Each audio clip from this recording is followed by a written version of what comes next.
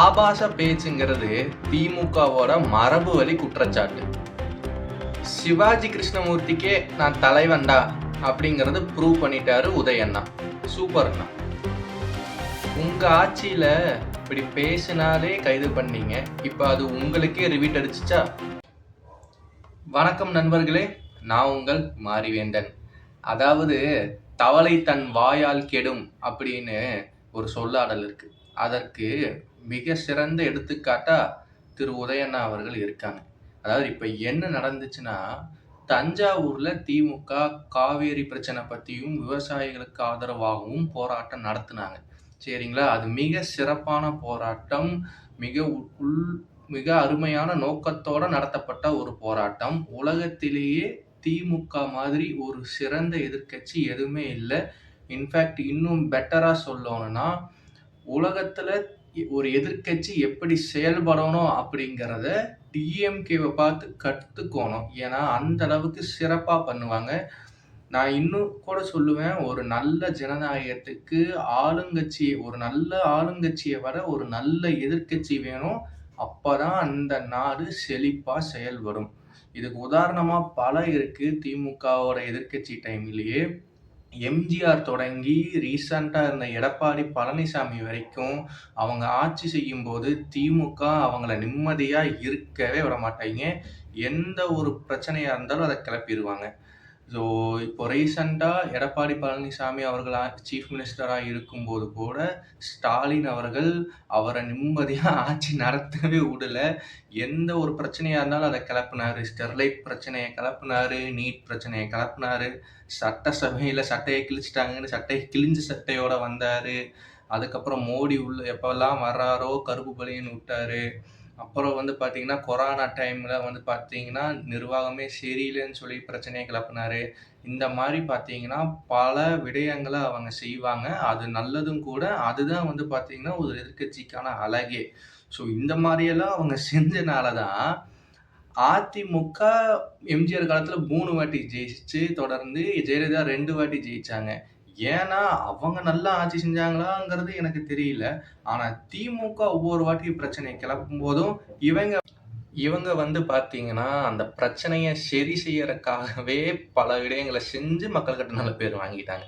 So அதனால தான் அதிமுக ஆளுங்கட்சியாக சிறப்பா செயல்படும்னு மக்கள்கிட்ட ஒரு கருத்து இருக்கு. அதற்கு எதிர்த்துக்காட்டா அவங்க 3 வாட்டி எம்ஜிஆர் பீரியட்ல ஜெயிச்சதா இருக்கட்டும், ஜெயலலிதா 2 வாட்டி ஜெயிச்சதா இருக்கட்டும். சரி, ஓகேங்களா? இப்படி எல்லாம் செயல்படுற ஒரு திமுக கட்சி தங்களோட சர்ச்சை பேச்சுக்கும் ஆபாச பேச்சுகளுக்கும் குறைஞ்சது அல்ல. இந்த ஆபாச பேச்சுங்கிறது திமுகவோட மரபு வழி குற்றச்சாட்டுன்னே சொல்லலாம். மிக ரீசன்ட் எடுத்துக்காட்டாகவே எடப்பாடி பழனிசாமி அவர்களை மிக இழிவா உதயநிதி ஸ்டாலின் அவர்கள் பேசினாரு. அதை நம்ம எல்லாருக்கும் தெரியும்.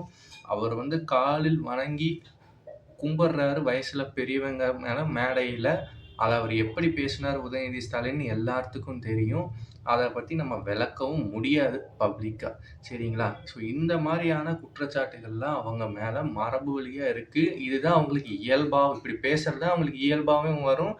ஸோ உதயநிதி அவர்கள் இப்படி பேசினது எனக்கு ஒன்றும் சர்ப்ரைசிங்காக எல்லாம் ஒன்றுமே இல்லை. சரி, இப்போது அவரை அப்படி பேசிட்டாரு, அதுக்கு நீங்கள் வழக்கு போட்டீங்க, அது சரி. பட் ஆனால் அரசு செஞ்சது அப்படிங்கிறது தவறு.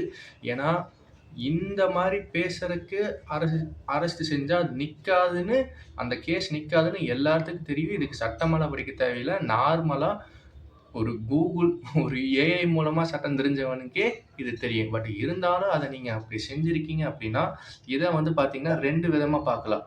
ஃபர்ஸ்ட்டு பார்த்தீங்கன்னா, இந்த மாதிரி எங்களுக்கு எதிராகவோ எங்கள் தலைவரை நேரடியாகவோ மறைமுகமாக விமர்சித்தா அதை எதிர்க்கட்சி தலைவர்னு கூட பார்க்க மாட்டோம், நாங்கள் அவரை கைது செய்வோம் அப்படின்னு இவங்க சொல்லாமல் சொல்லி காட்டுறாங்க. இது யாருக்குன்னா, எதிர்க்கட்சி தலைவருக்கே அந்த நிலைமைனா விமர்சிக்கிற நீங்கள்லாம் ஏமாத்திரம் அப்படிங்கிறத மறைமுகமாக இவங்க பார்த்தீங்கன்னா ஒரு மிரட்டலை கொடுக்குறாங்க. ஸோ இதை இன்னொரு விதமாக எப்படி பார்க்கலான்னு பார்த்தீங்கன்னா, இப்போது அந்த டைமில் காவேரி இஷ்யூ பயங்கரமாக போயிட்டு இருந்துச்சு. விவசாயிகள் பிரச்சனை பயங்கரமா இருந்துச்சு. பட்ஜெட் கூட்டத்தொடர் அடுத்த நாள் வரப்போகுது. பட்ஜெட் கூட்டத்தொடர் அப்போ திமுக இந்த பிரச்சனைய கெளப்பும். ஆனா, இந்த பிரச்சனைய கெளப்பாம இருக்கோணும்னா, இந்த உதயநிதி ஸ்டாலின் அரெஸ்ட்ட நம்ம கொண்டு வந்தோம்னா, இந்த பிரச்சனை தான் வந்து பார்த்தீங்கன்னா பேசிட்டு இருக்கும். திமுக சட்டசபையில பிரச்சனைய கெளப்புனாலும், நீங்கலாம் பேசுற அளவுக்கு தகுதி இல்ல. ஆபாச பேச்சாளர்களே அப்படின்னு சொல்லி இவங்க வந்து அத மடைமாற்றம் செஞ்சிரலாம். அதாவது 21, 26 வரைக்கும் டிஎம்கே அவங்க ஒரு பீரியட்ல மீடியாவ பயங்கரமா கண்ட்ரோல் பண்ணாங்க. அதுதான் அவங்களுக்கு பேக் ஃபயரும் ஆச்சு. மக்கள்கிட்ட என்னென்ன பிரச்சனையெல்லாம் இருக்கோ, அத வந்து வெளியிலேயே வராத அளவுக்கு அவங்க பார்த்துக்கிட்டாங்க. இப்போ டிவிக்கே அவங்க மீடியாவ கண்ட்ரோல் பண்ணல, டைவர்ட் பண்றாங்க. ஒரு பெரிய பிரச்சனை கிளம்புதுன்னா, அத டைவர்ட் பண்ணி இன்னொரு இஷ்யூவ அவங்க கொண்டு வந்துடுறாங்க. ஸோ, நீங்க ஒண்ணும் மாற்று மாரியே தெரியலையே! நீங்களும் அப்படியே தான் இருக்கிறீங்க. பேரு மட்டும் தான் மாறுது. ஸோ, உதயநிதி ஸ்டாலின் அவர்கள சென்னையிலிருந்து தஞ்சாவூர் வரைக்கும் கொண்டு போகணும். அந்த நாள் முழுக்க அது ஒரு பேச்சு பொருளாகணும். அடுத்த பட்ஜெட் கூட்டத்தொடர் வந்துருச்சுன்னா, இந்த காவேரி இஷ்யூவ மறந்துருவாய்ங்க. நம்மளுக்கும் பிரச்சனை இல்ல. ஸோ, அதுதான் வந்து பார்த்தீங்கன்னா, இவங்களோட நோக்கம். இத வந்து டிவிக்கே சூப்பரா பண்ணியிருக்கிறாங்க. பிஜேபி, டிஎம்கேவோட நியூஸ பயங்கரமா டிவிகே கவர்மெண்ட் டைவர்ட் பண்றாங்க. இப்போ உதயநிதி அவர்களோட பேச்சுக்கு வருவோம். ஸோ, இப்போ உதயநிதி அவர்கள் பேசுனது தவறு தான். அதாவது "ஊழ் வினை உறுத்து வந்து ஊட்டும்னு" சொல்லுவாங்க. அதாவது உங்க ஆட்சி காலத்துல உங்கள விமர்சிச்சு பேசினா, அவங்களோட வாழ்க்கையவே நீங்க நாசமாக்கிருவீங்க. வழக்கு போட்டு.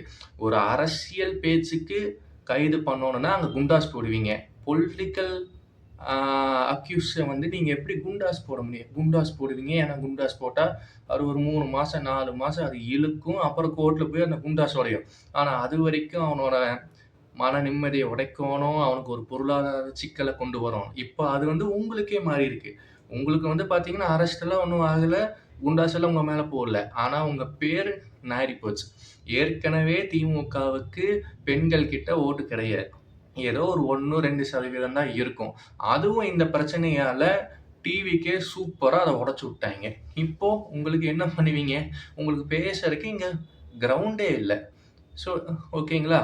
இப்போ இத வந்து பார்த்தீங்கன்னா, உதயநிதி அவர்கள் இவங்க அரெஸ்ட் ஆக போகும்போது, ஃபர்ஸ்ட்டு என்ன சொன்னாரு? நான் அப்படி பேசவே இல்லைன்னு சொன்னாரு.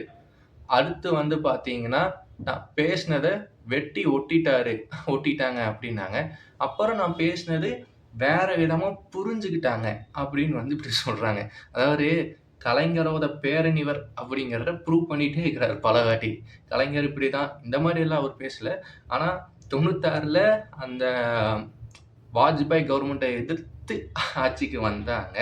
பிஜேபிக்கு அகைன்ஸ்டா ஓட்டு வாங்கிட்டு 99ல ஆட்சிக்கு வந்த 6 மாசத்துல ஜெயலலிதா வாபஸ் பெற்ற உடனே இவங்க போய் பிஜேபி கூட கூட்டணி வச்சாங்க. அது வேற வாய். 99ல ஆட்சிக்கு வந்ததுக்கப்புறம் அது வேற வாய். சரிங்களா? இந்த மாரி மாத்தி மாத்தி பேசுறதுல கலைஞர் எக்ஸ்பர்ட்டு. அந்த எக்ஸ்பர்ட்ட நல்ல விதமா யூஸ் பண்ணாம உதயண்ணா இப்படி யூஸ் பண்றாங்க. ஸோ இது திமுக கை வந்த கல தான்.